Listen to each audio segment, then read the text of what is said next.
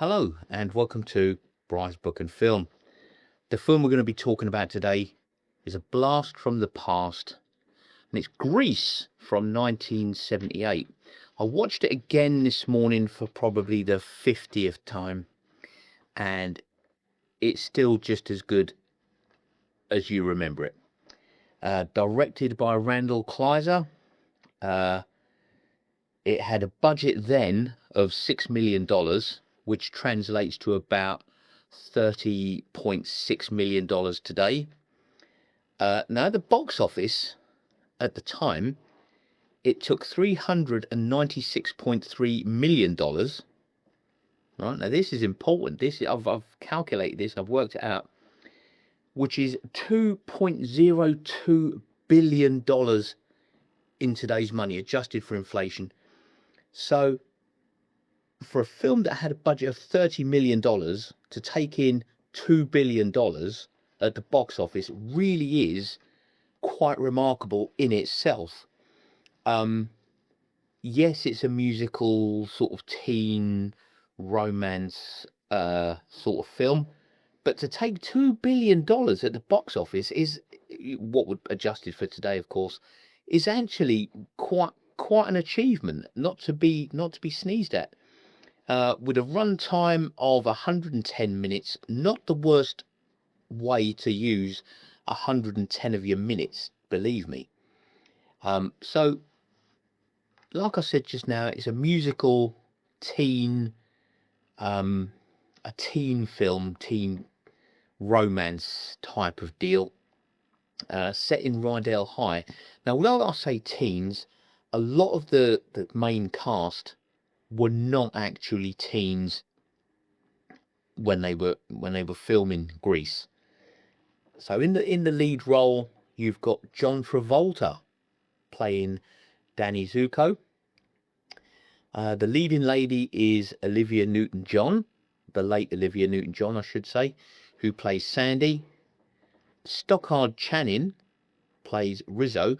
From what I've read, Stockard Channing was 31 at the time of filming this high school film. Jeff Conaway plays Kaniki. Barry Pearl plays Doody. Michael Tucci plays Sonny. Kelly Ward plays Putsy, who was the youngest cast member at the age of 20. So the closest one to being high school age. Diddy Conn played Frenchie, Jamie Donnelly played Jan, and Dinah Manoff played Marty. They're the main sort of, there's two sort of gangs. You've got the T-Birds, who are the boys led by Danny and Kaniki, and then you've got the Pink Ladies, who are led by Rizzo. Mainly Rizzo. She's sort of the dominant force of the Pink Ladies. And we start off with Danny and Sandy at the beach. They're having a lovely time in the sort of summer holidays. They part ways because Sandy has to go back to Australia,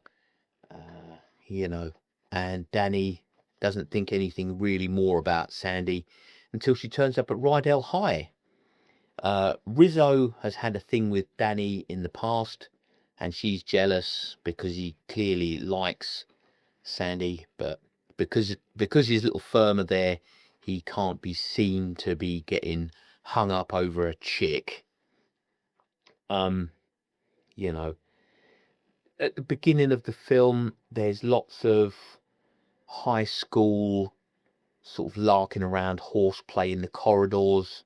For instance, one of the boys gets down on his hands and knees behind somebody, and then his mate pushes him over, and then he falls, and that sort of larking around. Which, does that happen? I'm not sure.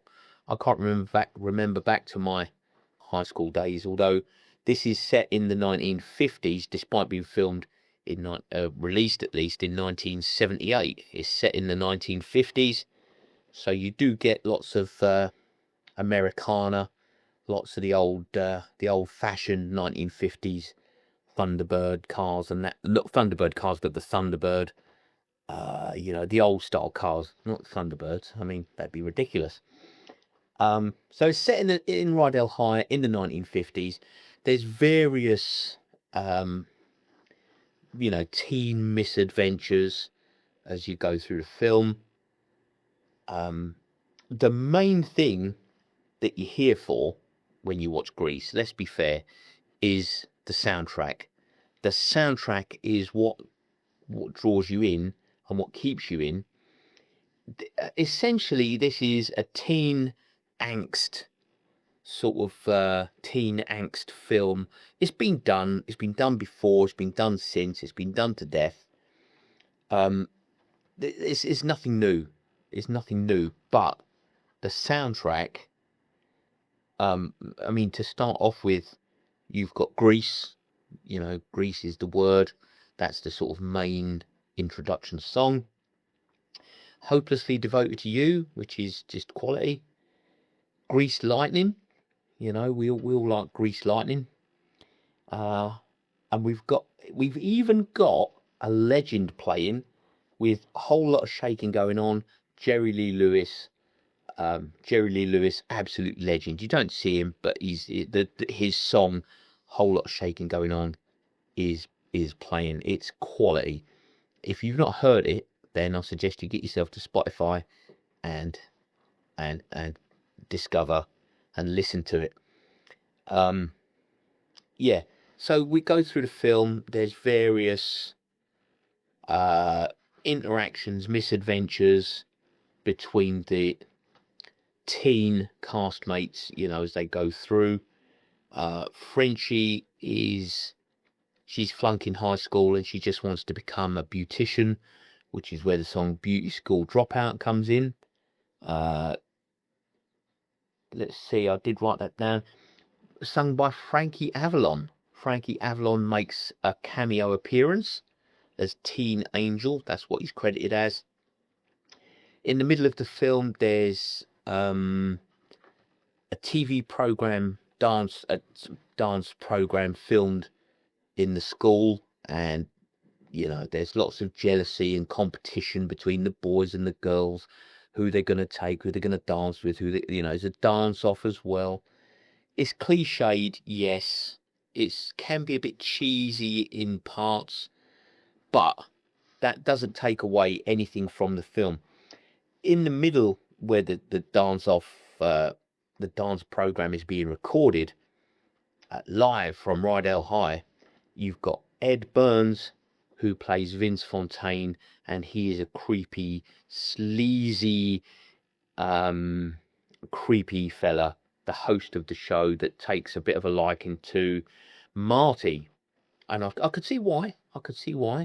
But you know, there's all these sorts of things. It's all right. It's a good film, but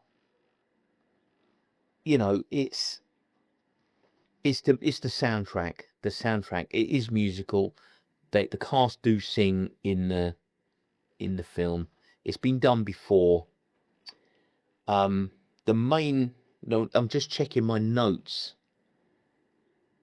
They do have a race, a sort of you know, for pink slips, which again has been done before and it's been done since. The Thunder Road race. There's a sort of a greaser fella from another school. He seems a little bit older. He actually looks to be about 45. And he races Danny Zuko along Thunder Road, which is filmed in the LA River Basin, between the 1st and 6th Street bridges in downtown LA. If you've seen any films in the last 30 years, you would have seen the LA River. There's been so many car chases and so many car scenes filmed in the LA River, I couldn't possibly list them all. Let me just check my notes. Now the main question is, or a question is, could you watch this film with your gran in the room? And I would say yes, you could definitely watch this film with your gran in the room. There's no sort of profanity. There's a couple of sections where the teens are sort of at the drive-through, which is where the song "Stranded at the Drive-Through" comes in. And they're trying to teenagers, older teenagers doing what older teenagers will do in cars.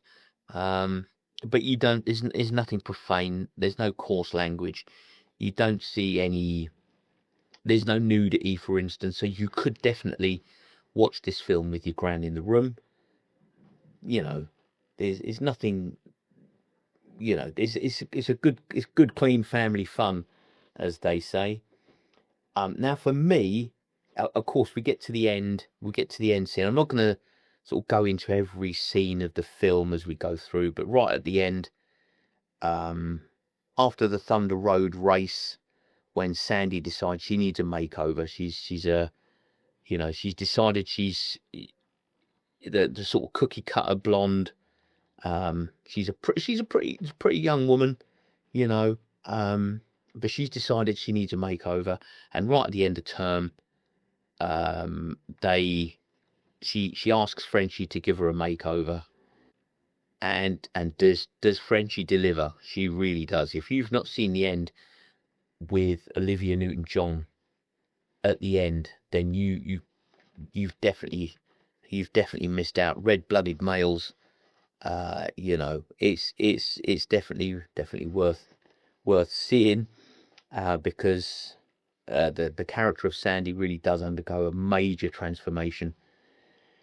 Whew, breathtaking is what I'm going to say about that. It really does hit the spot.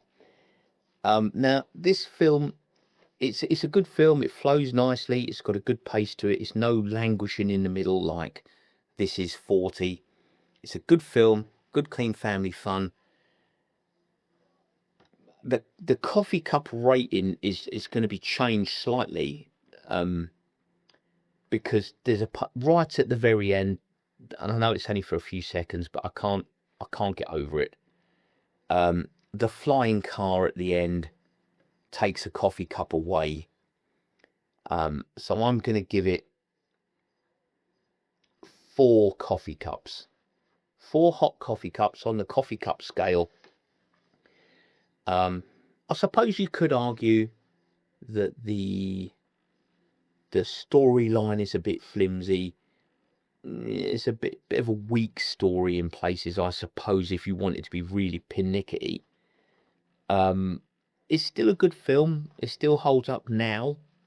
The acting is pretty decent throughout. John Travolta, as we all know, went on to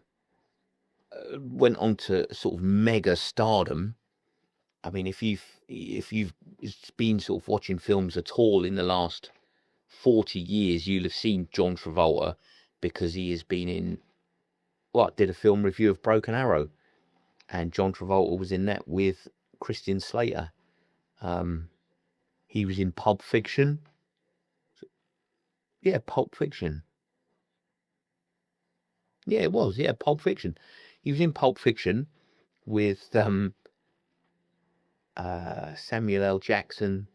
So he's been around. John Travolta. The rest of the cast did a really good turn. They didn't sort of let themselves down. They held their own. For what was essentially a lot of bit parts there. Really, the main people are Danny, Sandy, Rizzo, and Frenchie. The boys in the T-Bird firm are very juvenile, very immature. That they don't get an awful lot of screen time, but when they do a pretty good turn on it. So you could still watch it today. It's a teen angst film. If you've not seen Grease, but you've seen it, so. But give it a watch, though. If you still haven't seen Grease from 1978, give it a watch. Listen to the soundtrack. You won't be disappointed, because it is that good. So, yeah. So, join me next time. I don't know whether we'll be talking about a book or a film. You'll have to join me next time to find out. So, thank you for watching, and I'll catch you in the next one. Bye for now.